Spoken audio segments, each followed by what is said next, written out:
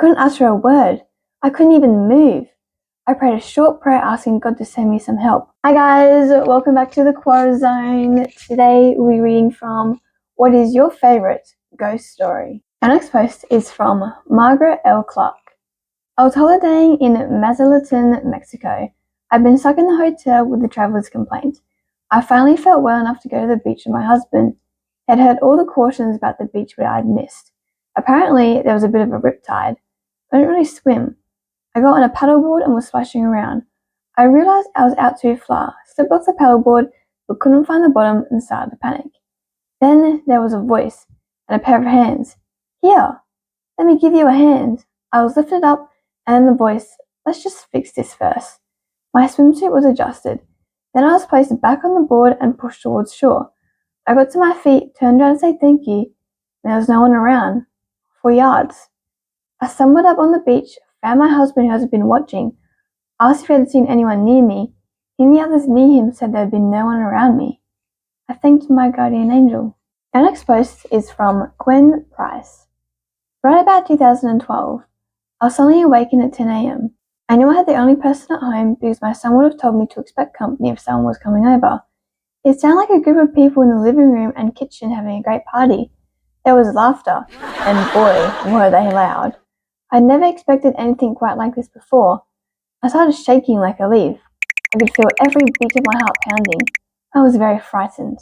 I couldn't utter a word. I couldn't even move. I prayed a short prayer asking God to send me some help. I have had a lot of experiences dealing with the spiritual realm, but nothing like this. I felt like I was going to have a heart attack. Pretty soon, ghosts, several men, women, and children came running through my locked bedroom door. They were translucent, they had the scariest expressions on their face. I wondered what caused them to be so scared. Well, they jumped out the windows. Some went to the right side of my room, and others escaped through a brick wall behind my bed. They were really scattered. I didn't know what to think of it. Furthermore, I was astounded. I was glad to see them plainly. Just when I thought everything was over, I sensed another presence. This time, it was benevolent. Without looking, I knew it was standing next to my bed. I peered over the left side of the bed. I saw white feet and the tip of a large sword. I slowly glanced upwards until I saw his face and his clothes. He had a little well about him. His hair was whitish blonde and shoulder length, and I could only see his profile because he looked straight ahead. He knew I was checking him out, and he allowed me to. He communicated with me via telepathy. He told me I was safe and to call if I needed help. He let me know that he was always near. Afterwards, he disappeared. Our next post is from Vince Owen.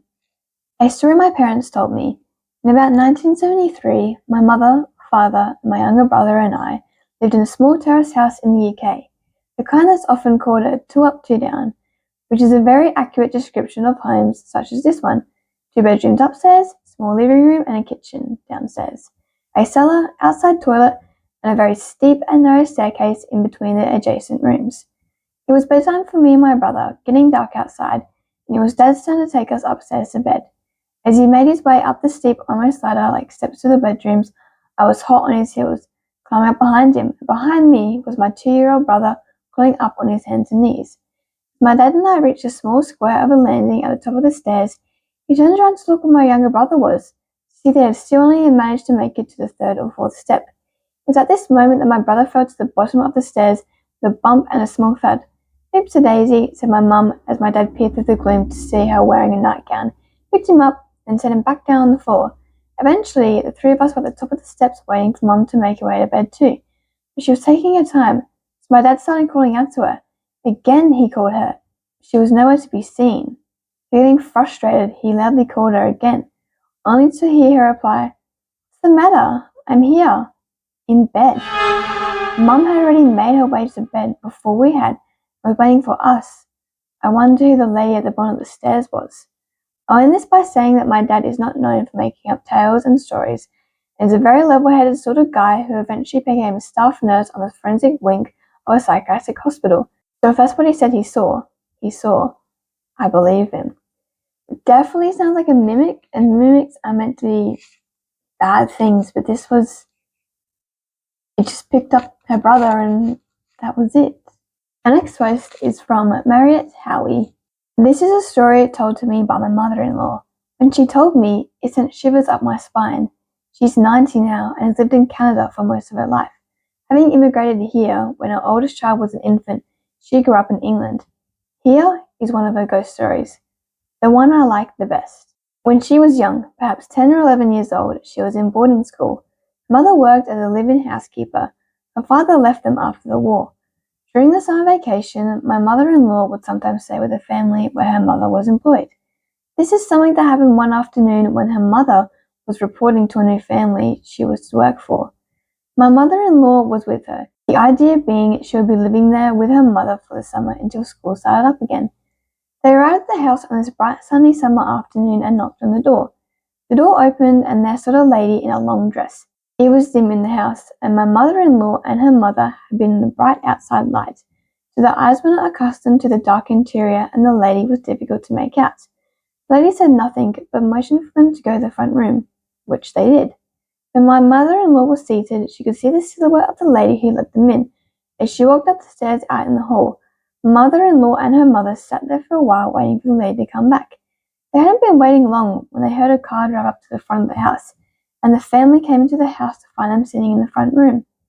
They were a bit surprised to find these two sitting there and asked something to the effect of, "Who are you and what are you doing here?" My mother-in-law's mother explained who she was and that the lady let them in and indicated that they should sit in the front room to wait. "What lady?" was the reply. Turns out the house was empty. The family had stepped out. This had been the place where Anne Boleyn had spent several happy summers when she was young, and it was suggested that it may have been her way that they saw it that afternoon. Our next post is from Nisha Sharma. This story was told to me by a relative. A man named Ramesh was retired from his job. He used to get up at 5 a.m. for a morning walk. While going to the morning walk, he used to carry a milk pail with him. At around 6 a.m., he used to go to the milk booth to buy milk, and then return home. For almost 5 years, Ramesh followed this routine. He made some friends in the park and at milk booth. No matter what the season is, Ramesh didn't make any changes in morning routine. One day, it was a semi-cold winter morning. Ramesh woke up at 5 a.m. as always. He went for the morning walk, met his friends in the park at 6 a.m. He reached milk booth, but today, due to some reason, the milk van was running late in delivering the milk. Ramesh looked tense, as he didn't want to wait. When he was about to leave the shop, the owner asked him to wait. Ramesh told him that he urgently has to go somewhere and can't wait. He might come later, and left for home. As Ramesh was a regular customer, the milk booth owner went to his house to deliver the milk. When he reached his house, he was shocked to know that Ramesh was no more. He was left jolt when someone told him that, as confirmed by the doctor, Ramesh died in his sleep due to a heart attack around 2 a.m. Alright guys, that is all from the Quora Zone today. I hope you guys enjoyed these ghost stories. Let me know if you have your own ghost story of your own. I mean, I'm sure everyone has a ghost story of either their own or a ghost story that someone's told them. So let me know in the comments below, or even send it to my email and I can post it for you guys. So don't forget to also like and subscribe.